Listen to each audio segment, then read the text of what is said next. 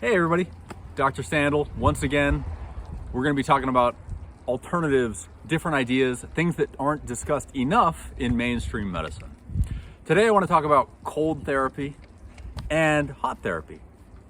This is something that I think is becoming really trendy recently, and with very, very good reason. You know, one of the things that we see over and over again is that our ancestors knew what they were doing. They didn't have the benefit maybe of the quantifiable scientific data that we have on these things.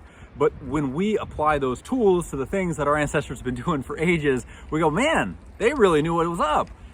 We're seeing this a lot with things like sauna, things like ice plunges.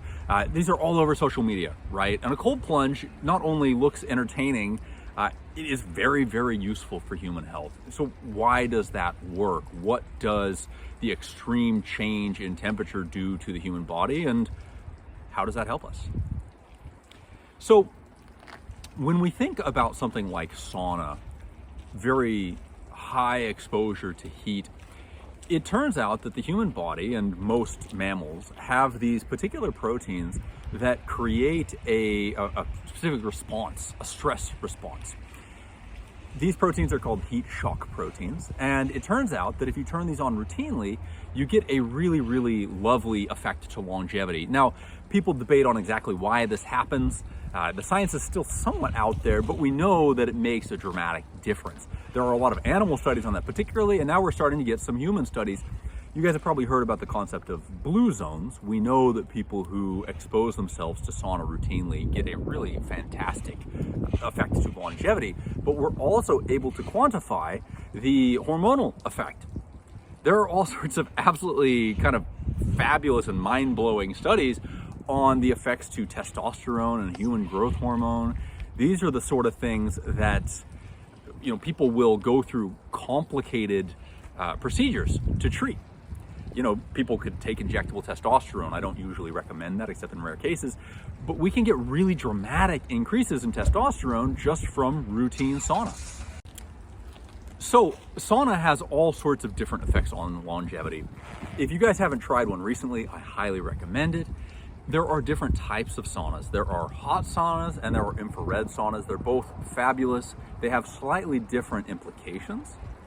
When we think about infrared saunas, there are two spectrums of sauna. There's near infrared and far infrared. Near infrared is fabulous for bringing heat to muscular tissue, great for sports recovery. Far infrared is great for detoxification. It tends to penetrate much deeper.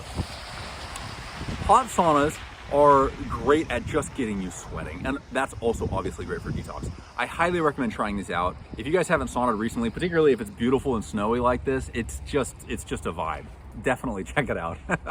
And be confident and content in that you're providing your body with a good longevity benefit. When you're saunaing, the goal is to get a nice stimulus. You want to finish a sauna feeling good, feeling warm, light, energized. Don't sauna to the point that you're just exhausted and falling over. Of course, you know, you're gonna sweat, you're losing water, you're losing minerals. Do sauna in whatever way feels good for you. That's what's gonna get you the maximum benefit. Okay, let's talk a little bit about cold therapy. This is the flip side of this. And of course, people will combine these two. You know, the real yahoos out there are jumping into the sauna and then jumping into a cold plunge, jumping into a sauna, jumping into a cold plunge. And if you guys haven't tried that out, it is really something. Cold plunging in general, you can see on social media all sorts of adventurers who are hopping into these ice plunges, and it's about as exciting as it looks. It really is something. It has its longevity effects through an entirely different set of mechanisms, and they are synergistic. So the idea that you inoculate yourself to both cold and heat is really, really synergistic. For anybody who has hopped into an ice bath, you know exactly what I'm talking about. It is a traumatic event. Your body's pretty convinced you're about to die. It's really something. And the goal with a cold plunge is to have that stress be something that you conquer. You want to turn stress into something that we describe as eustress, similar to the phrase euphoria. You want to take a bad stressor and tell your body, convince your body that this is a good thing. You go, great, what a challenge, I'm really enjoying this, let's do it. And when we do that, surprise, surprise, testosterone goes through the roof. There's all sorts of other wonderful neurochemical effects, like a persistent stimulation of dopamine that helps offset the effects of all of our screen time that we're getting as a society. So I really could go on and on and on and on about the effects of cold and hot therapy, but it's beautiful outside. I'm gonna go do so myself. I'll see you guys next time.